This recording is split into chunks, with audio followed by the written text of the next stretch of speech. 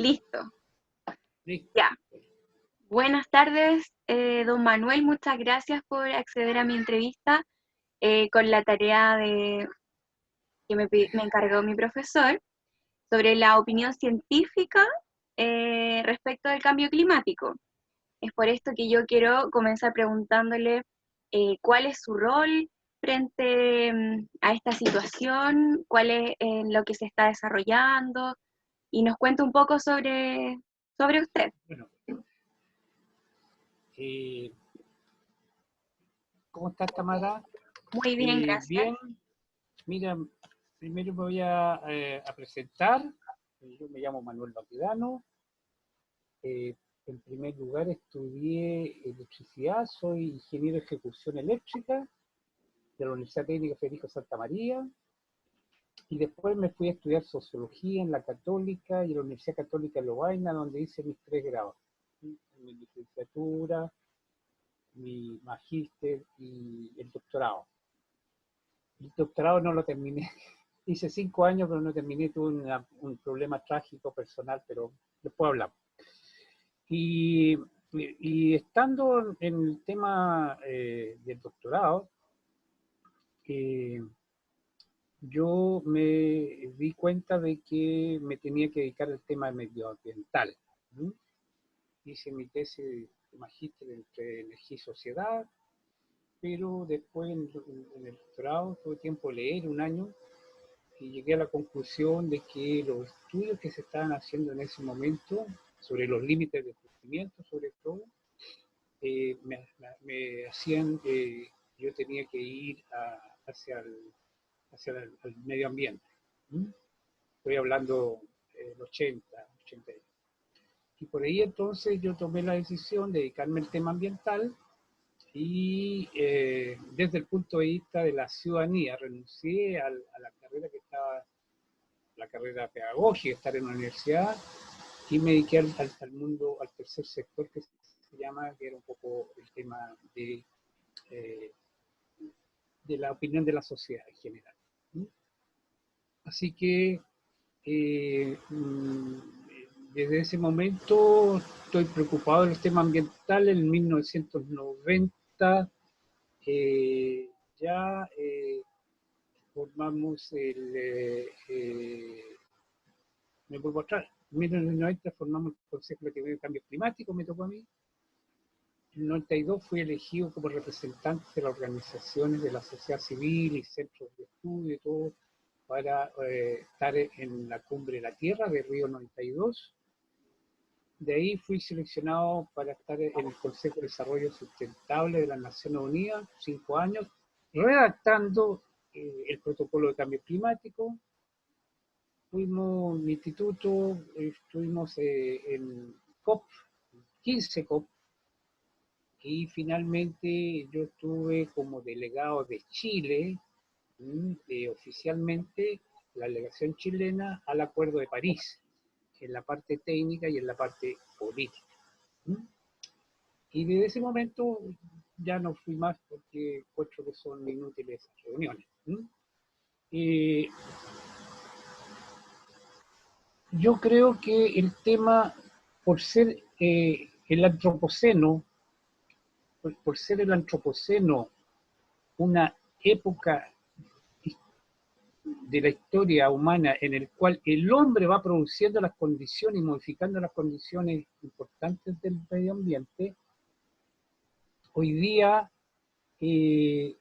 no existe la neutralidad en temas de medio ambiente. Bueno, yo formé el Instituto de Ecología Política y la ecología política es una fórmula de ver los problemas inter ya unificados. Se borra las ciencias naturales y las ciencias sociales para hacer un análisis en conjunto. Y entonces el tema climático va tomando cada vez más fuerza, la opinión de que como es el hombre el que ha provocado la actual situación, la crisis que estamos viviendo, en ese aspecto también eso depende del comportamiento ya sea económico, social, cultural, y por lo tanto ahí la ciencia es ciencias sociales de un fenómeno que ya hemos provocado, pero que se manifiesta en las ciencias naturales. Por lo tanto, ese esquema tiene que ser superado por un enfoque más amplio. A mi juicio, la ecología política lo hace. Bueno, ese más o menos, entonces he dedicado 30 años al tema climático Así y veo, desde que yo nací más o menos, sí, claro. ¿Ah? el año 92 por ahí. Sí, claro. Mira, justo, está ahí en Río de Janeiro yo. Así que, bueno, esa es más en mi historia. Actualmente, después del 2015, o sea, cuando fui a París, al Acuerdo de París y todo, y vi que eh, la mitigación, para en el lenguaje que te van a enseñar, la mitigación ya está muy limitada, ¿sí? Ya no es posible detener el cambio climático con mitigación. Yo lo que creo que cabe es directamente una adaptación profunda. Y esa adaptación profunda entonces tiene que ver con el cambio muy fuerte de los seres humanos como habitan, es decir, con una cosa ya no gradual, sino de un impacto cambiar, porque los límites, la, la, las, las temperaturas, los propios científicos, los límites de la vida que mantienen este gran ecosistema están siendo traspasados y nos dicen ya que nos queda muy poco como para que estos ecosistemas no entren en colapso. ¿Sí? Por lo tanto, en ese aspecto se puede ser científico, se puede estudiar los elementos, pero el clima ya pasó a un terreno político. ¿Sí? Es decir, un político donde se toman decisiones, qué se va a hacer o no se va a hacer, y por supuesto con datos científicos que van mostrándolo, pero que veo que cada vez la política le hace menos caso. ¿Sí? ¿Cómo seguiría siendo el desarrollo de las investigaciones medioambientales sin considerar la ecología política?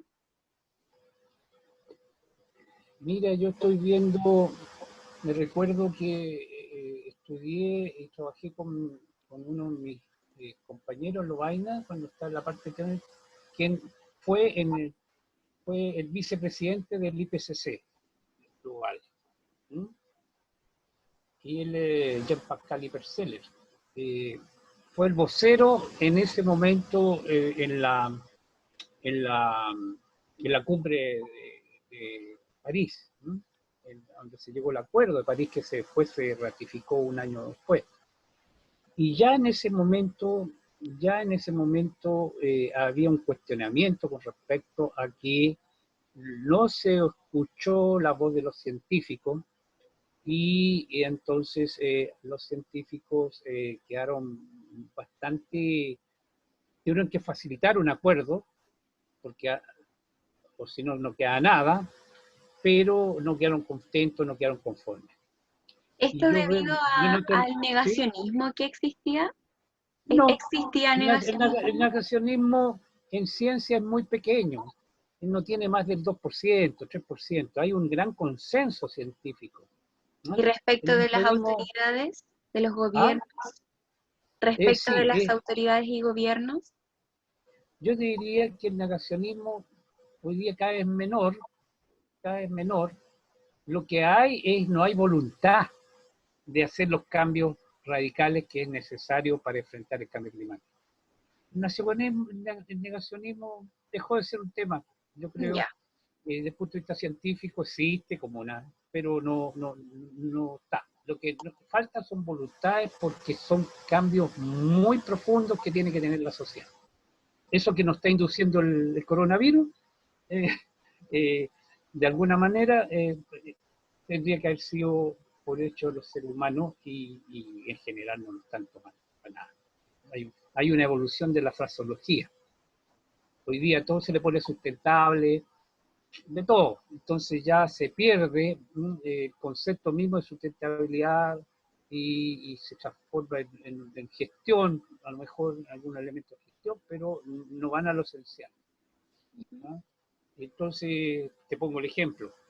minería sustentable. ¿Qué significa minería sustentable cuando el producto no es renovable? La materia prima, la central de la minería no es renovable. Eso lo discutí en el Banco Mundial, lo discutí en todas partes. Pero sin embargo, se ocupa el concepto de minería sustentable, que es tendencioso y falso, porque el concepto de sustentabilidad entonces es cómo gestionar las cosas, cambiar los motores que eran diésel a eléctrico, en fin, ¿a eso se le llama sustentabilidad? No, el tema es, la sustentabilidad dice relación con recursos que se renuevan. ¿Mm? Y por lo tanto, yo aceptaría un concepto de minería responsable, pero no de sustentable, porque eso ya, igual, moda sustentable para ustedes, las mujeres, un alto porcentaje de la moda ni siquiera se ocupan. ¿Ah? La moda es uno de los principales, que tiene 8% de impacto en la emisión de CO2, la contaminación de los ríos. Realmente, la moda realmente es cambiar. ¿Ah? Cosas que, por ejemplo, la fast fashion usa sistemas de vestidos que duran una temporada, 15 Claro, días. por Entonces, el diseño, no por la utilidad que presta. exacto. Entonces tú te das cuenta de que no puede haber una moda sustentable. Eso es vestimenta sustentable, sí, pero moda, no. No, No podría. no podría ser, Oiga, don pero todavía Manuel, sí. ¿Sí? y Cuéntame. pasando al tema directamente del cambio climático, ¿Mm? yo le quisiera preguntar, ¿cuál cree usted, para ver si tengo consenso entre las otras entrevistas, cuál cree ¿Mm? usted que son o es los factores que influyen en el cambio climático? Bueno, en primer lugar te voy a decir que el cambio climático significa que la naturaleza y el entorno nuestro está buscando un nuevo equilibrio. Pasa de una situación de equilibrio que se desequilibró por los factores que vamos a ver, y el cambio significa que va hacia un nuevo equilibrio. ¿Ah? El tema es de que por los modelos matemáticos se puede vislumbrar cuál puede ser la magnitud y dónde se encuentra ese nuevo equilibrio. Pero cambio climático significa que la naturaleza va a encontrar un nuevo equilibrio.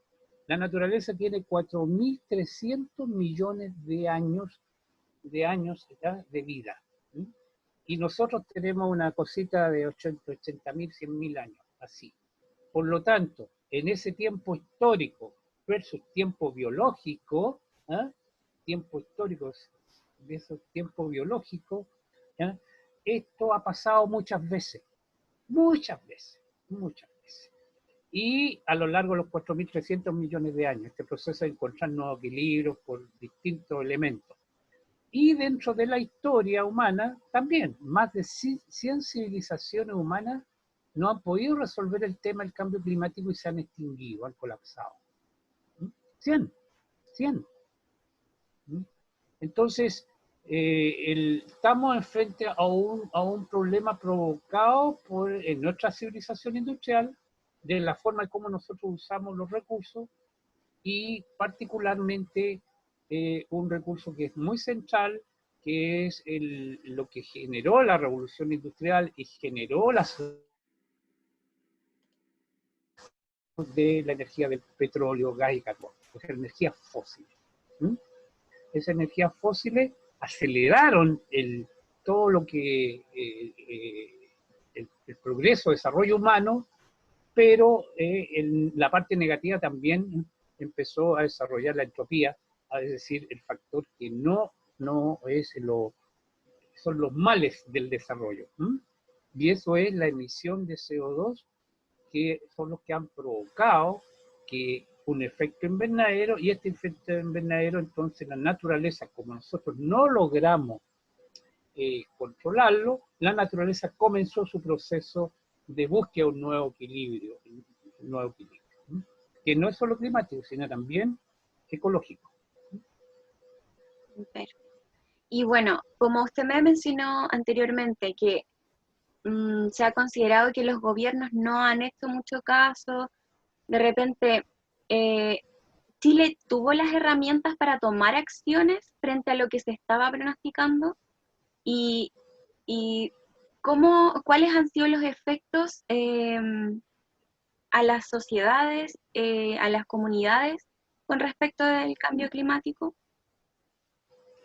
Bueno, en primer lugar, sí, nosotros somos los países más afectados, porque la vulnerabilidad que tiene nuestro país es muy largo y tiene muchos ecosistemas distintos. La vulnerabilidad que tiene el país, por decirte algo, es altísima.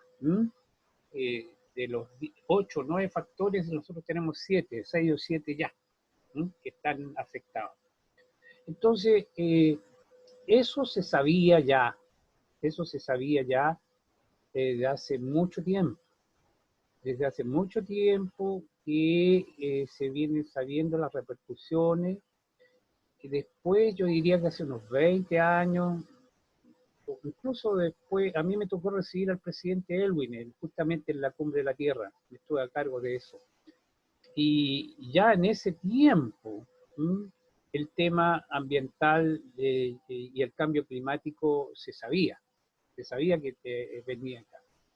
Sin embargo, nunca se congenió con el desarrollo, siempre se le dio prioridad al desarrollo económico, porque había necesidades insatisfechas y que cada vez son más. Claro. Es decir, esto de la necesidad insatisfecha es real, es un dato de social insatisfecha, pero a medida que se agudiza la crisis, van a ser cada vez más. Y entonces, en ese aspecto, no se incorporó la dimensión ambiental y tuvimos mucho tiempo discutiendo cómo se iba a hacer desde el punto de vista de las políticas del Estado. ¿Sí? Una EPA estilo Estados Unidos, ¿sí? Con AMA, o un Ministerio del Medio Ambiente que solamente se lanzó después que hicimos una gran negociación con la presidenta Bachelet, digo, porque ahí aceptó, porque toda su coalición no quería un Ministerio del Medio Ambiente, quería una EPA, una agencia dedicada a temas ambientales. Entonces, el cambio climático se conoce, no tanto como ahora los estudios que se están haciendo, que son muy buenos, ¿eh? De todos aspectos, hay mucha variedad, ahora hay más información, pero en lo grueso se sabía que iba a afectar a nuestro país en forma dura, grave, y yo creo que no se hizo nada, nada. Falta Yo de lo vi en voluntad, el negativo. ¿Ah? falta de voluntad entonces, no de Falta de voluntad información. política, falta de voluntad política y falta de responsabilidad de tomar decisiones que no son muy populares, que no son muy, que afectan al sector económico, a sectores de la población, en fin. La política ha postergado decisiones. Sí. Como en varias cosas también. Bueno, Sí. también quisiera saber qué logros se han obtenido a nivel internacional para tomar decisiones, al haber tomado decisiones eh, para intentar frenar, mitigar o adaptarse al cambio climático a nivel mundial. Yo creo que, mira, yo me recuerdo que cuando tomé conciencia de esto fue cuando leí una investigación hecha por el MIT que se llama Los límites del crecimiento, ¿no? Que fue así unos libros dentro del ambiente de los más leídos. ¿No? Y en ese momento, en ese modelo que se ha ido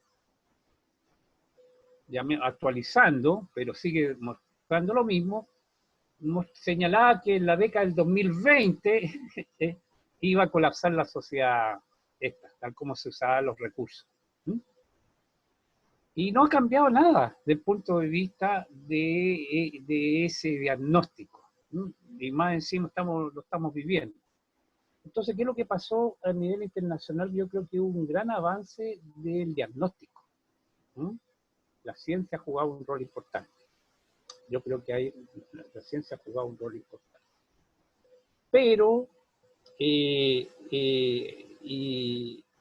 pero el modelo económico que está vigente en el mundo, ya sea capitalista o capitalista de Estado, en el caso de China, de todo, China es el principal contaminador mundial y es comunista, ¿me entienden?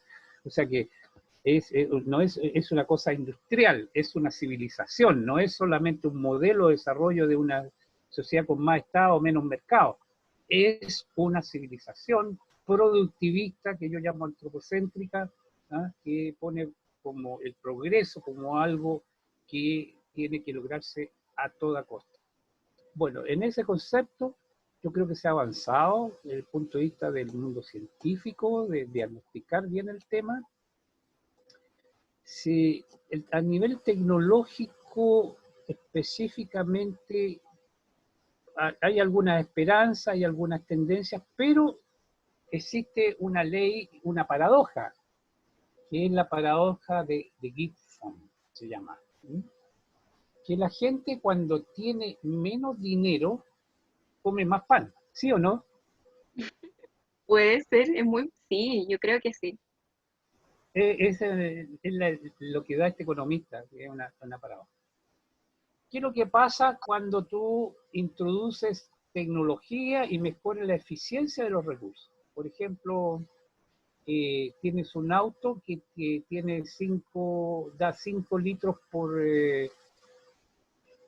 no, al revés, da 10 kilómetros por litro. Y se inventa un motor que da 100 kilómetros por litro. Imagínate la mejora de la eficiencia. ¿Qué es lo que se comprueba? ¿Qué es lo que ha pasado? Que la gente, el conductor, anda más. Entonces, al andar más, recorre más kilómetros, no ahorra el recurso, ¿sí? En este caso, sino que lo invierte en andar más, en recorrer más texto. Lo ocupa al límite. Exactamente. Por lo tanto, esta es una paradoja. ¿Ah? Hasta ahora, el motor de la sociedad hace de que la eficiencia sea aprovechada para acrecentar los productos y no para ahorrarlos. No sé cómo me entienden lo que te digo. Ahorrar los recursos que hay. Entonces, en ese aspecto, yo opino que la tecnología ha sido pobre en utilizar en aportar al medio ambiente. Y es pobre porque yo creo que como se avanzó tanto en la crisis, ¿sí? Ya las parches ya no sirven mucho. ¿Sí? Y antes yo estuve dedicado un tiempo al reciclaje, hoy día no. ¿Sí? Hoy día a quien valoro es a quien dice yo voy a reducir mi consumo, no voy a ocupar. Pero alguien que me dice, mira, estoy ocupando una... No. Eso pasó. Eso fue hace 20, 10, 30 años atrás. El tiempo del reciclaje fue antes. ¿Ya? Hoy día lo que se requiere es adaptarnos profundamente y por lo tanto disminuir el consumo superfluo, que es el 50%, 40 y tanto, 48%, el 50% de lo que se produce en el mundo no es para satisfacer necesidades de la gente, sino para colocar a los seres humanos en el mercado, en las posiciones sociales. Entonces, ¿qué es lo que pasa? Superfluo desde el punto de vista de la existencia humana. Entonces, en ese concepto nosotros estamos en un periodo en el cual ya los parches en temas ambientales ya no sirven. Realmente entramos en un proceso de reconversión. Mira lo que se discute hoy día en Chile, reactivar la economía. Yo estaba recién discutiendo con un economista que está... ¿sí? Y me decía, no, pero si esto de la pandemia va a pasar y por lo tanto tenemos que reactivarnos cuando llegue la vacuna. Estoy de acuerdo que cuando llegue la vacuna se termina un plazo de incertidumbre grande que hay. Pero lo que no estoy de acuerdo es de que se vaya a reactivar la economía, porque en realidad lo que hay que hacer es reconvertir la economía a lo que venga. Hoy día no estamos vendiendo nada de salmón, por ejemplo. ¿Por qué? Porque los chinos tienen miedo y el mundo empezó a tener miedo de que los alimentos congelados transmitan el virus, ¿ya? Entonces, no es que el salmón aún se le descubre alguna cosa, pero las pandemias, porque se produce este cambio de esta forma de vida, las pandemias van a empezar a salir, van a salir en más corto periodo. Nadie sabía que venía la pandemia ahora, en marzo del 2020, pero todo el mundo sabíamos, los que estábamos metidos en el tema, que entre el 2021 y el 2024 iba a haber una gran pandemia. Eso está incluso escrito por un informe del año pasado de la Organización Mundial de la Salud, alertando sobre que venía esta pandemia. O sea, no me digan que nadie sabía. Entonces, el principio precautorio, que es un tema que definió mucho a la gente que trabajamos en tema de ecología, no se está aplicando en relación al clima, no se está aplicando en relación, por ejemplo, a la pérdida de biodiversidad, no se está aplicando el principio precautorio. Se lo lleva por delante, ¿no? ¿Y Chile, qué está haciendo Chile con respecto al cambio climático? Cuesta distinguir entre lo que es lo que se está haciendo real y lo que se está haciendo para mantener a la gente ignorante sobre la gravedad del tema. Voy a ser suave. Yo creo que nosotros hace 20 años sabíamos que venía un problema del agua en Santiago por los cambios climáticos. Se hizo, la CONAMA hizo un estudio, después había estudios particulares, en fin, que sabíamos con cierta 20 años que la disminución de todos los años del agua iba a ser creciente, por lo tanto que iba a venir una sequía prolongada, que yo creo que ya no es sequía, sino más bien un cambio del ecosistema, que se está pasando a semiárido o árido, no sé, es decir, no es porque una sequía es un periodo de falta de agua entre dos cosas abundantes, cosa que está lloviendo que hay hoy día, pero no significa que esto se vaya a continuar, en un proceso, y por lo tanto estamos viviendo un proceso de cambio. Pero este tema se sabía hace 20 años. Entonces, cuando se sabía hace 20 años, queda la sensación de que o se ocultaba la gravedad de la situación, o los investigadores se sentían, y yo creo que es importante, se sentían compelidos a no alarmar, entre comillas, a la gente, los alarmistas. Entonces, ¿qué es lo que significa eso? Que significa que los estudios del agua, yo me enteré porque fui a una reunión, yo escribí un libro, fue una reunión donde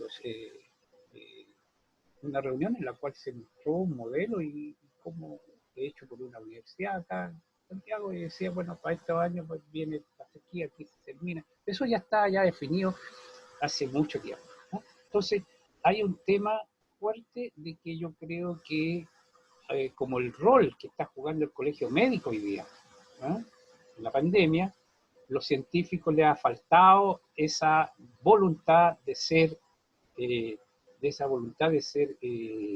¿cómo se llama? También decirle a la sociedad, comunicar a la sociedad las investigaciones que se están haciendo. Cuando tú me dijiste, yo quiero una respuesta científica, significa ya un sesgo, ¿sí? De que lo discutí. Yo fui una de las que formé varias carreras en medio ambiente, ¿sí? En el sesgo en el sentido de que una persona dedicada a temas ambientales no puede ser confundida con ¿cómo se llama? Con un activista ecológico. Sí, si se separa bien, tú puedes tener tu posición y tú puedes trabajar científicamente en temas relacionados con tu objeto de investigación, y por eso no dejar de tener una opinión con respecto a lo que pasa en la sociedad y comprometerte y todo. Y el cambio climático exige hoy día una opinión. ¿Entiendes tú? Sí, exige tener una posición con respecto al tema, Y eso no tiene por qué ser interpretado como que tiene un sesgo y que vaya a investigar mal.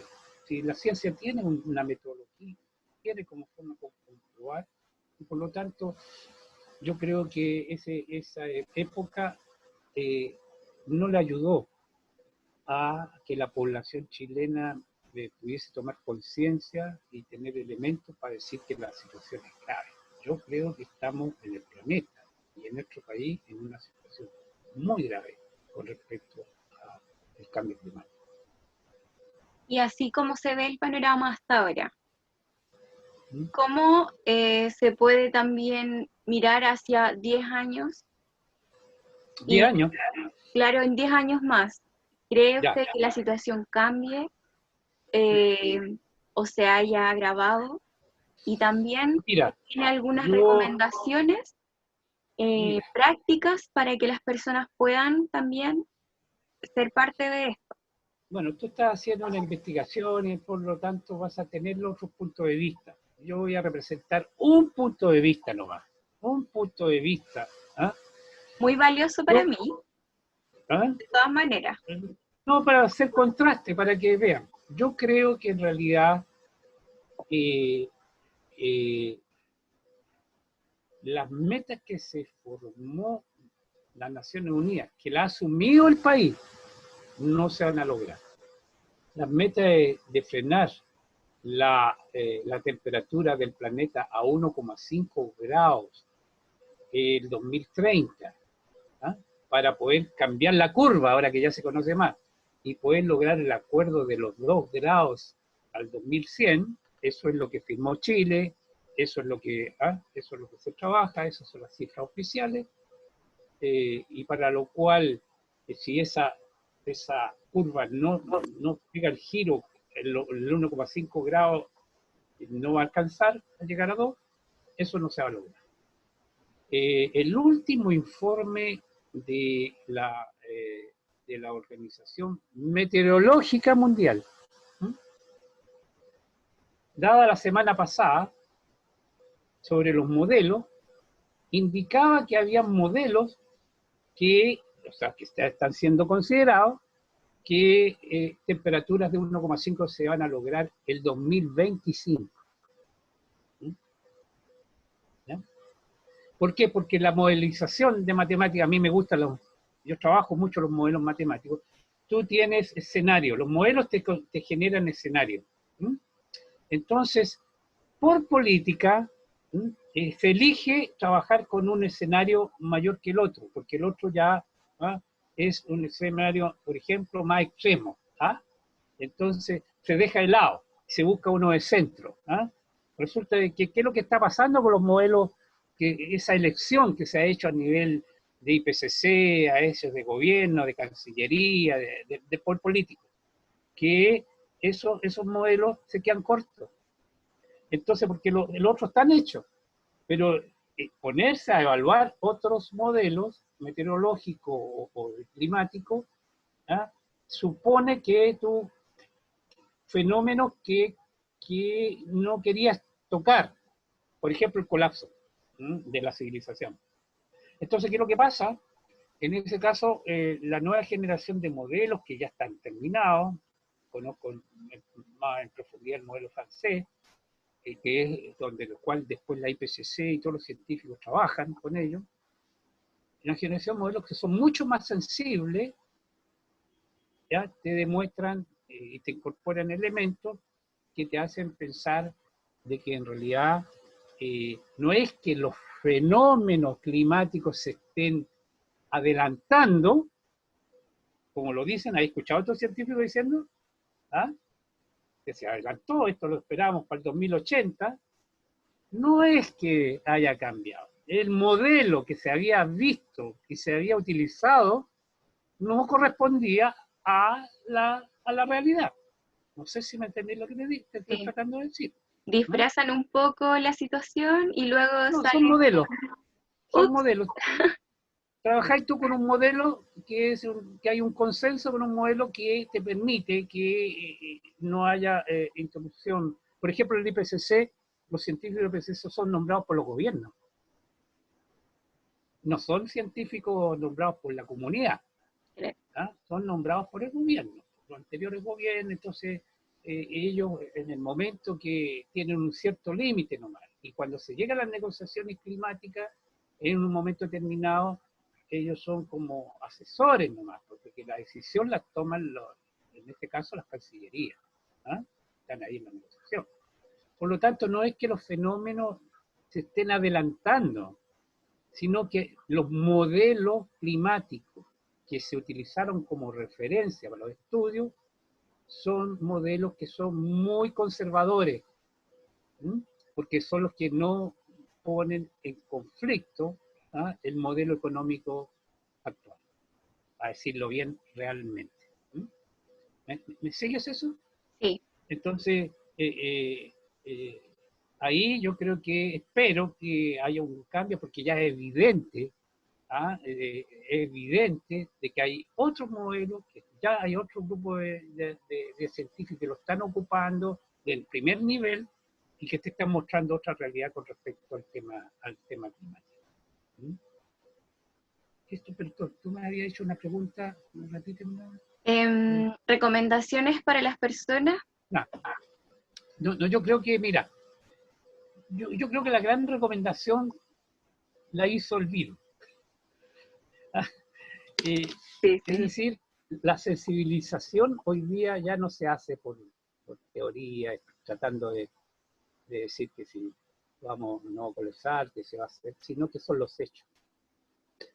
Y los hechos nos tienen a media humanidad encerrados, ¿sí? Y por un tiempo suficiente como para darse cuenta, ¿ah?, de que estamos en un punto donde realmente tomamos la decisión de cambiar, o esto colapsa en 10, 20 años más. ¿Sí? Y ya no es de colapsista, apocalíptico y todo eso, sino que eso ya lo están demostrando incluso los mismos científicos. ¿Ah? ¿Ah? Y varios de mis amigos que yo conocí en todas estas reuniones de las COP y toda esta cosa a nivel científico, hoy día están tomando posiciones, sobre todo en Europa y Estados Unidos, posiciones ya menos neutras. ¿Ah? Es decir, no, esta cuestión, si no se funciona, tal cosa. ¿Ah? Entonces, científicos y hay universidades, ya, o sea, ya no hay una decisión neutra, ¿ah?, con respecto al tema. Y entonces yo creo que con las redes sociales, con todo, también hoy día la gente se está informando de otra manera. Sí. No se está informando por ver un canal de televisión, ¿eh? Cualquier persona que quiere estar preocupada de los temas ambientales busca y se forma opinión, y hay mucho ya literatura científica que se está divulgando. Así que yo creo que por un lado hay una responsabilidad de cómo comunicar la gravedad de la situación, y yo creo que ahí la tienen que tener todo el mundo, ¿eh? No solo los científicos dedicados a las ciencias naturales, sino también dedicados a las ciencias sociales, ¿sí? En el sentido, en la tradicional división que hay entre distintos tipos de saberes. Ahora, yo creo que en el caso, por lo tanto, lo que viene hoy día es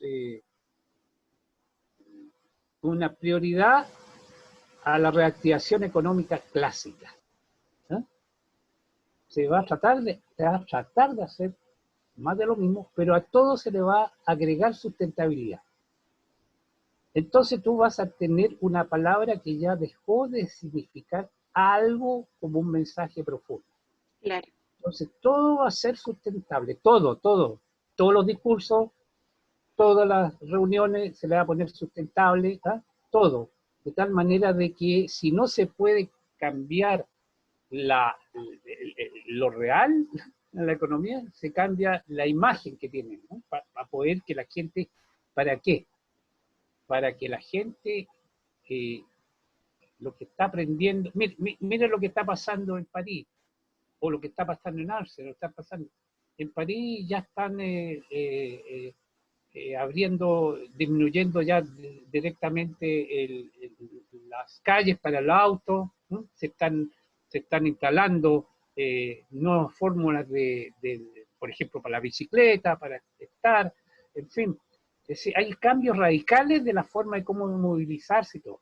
Nosotros todavía vamos a estar en la discusión si el auto es diésel o es eléctrico. ¿Ah? Cuando el problema ya no es eso, es el auto o no auto Claro. particular. Entonces, estar hablando ahí de que hay que pasar de la transición, hacerla del auto diésel, eso supone mantener el modelo de desarrollo individual de movilidad cuando ya las ciudades no soportan eso. Claro. El tema de la capacidad de carga de las ciudades ya no soporta. Si tú quieres más verde, tenés que sacar a los autos de circulación, los autos particulares. Si no, no hay posibilidad, porque no hay espacio, porque cada vez se agregan más autos. Fortalece sistema de transporte público. Una mezcla entre transporte público, donde hay autos, por ejemplo hay taxis, bicicleta, movilidad, caminarse, estructurarse en trabajar cerca, más cerca, en fin, una reorganización importante de las ciudades.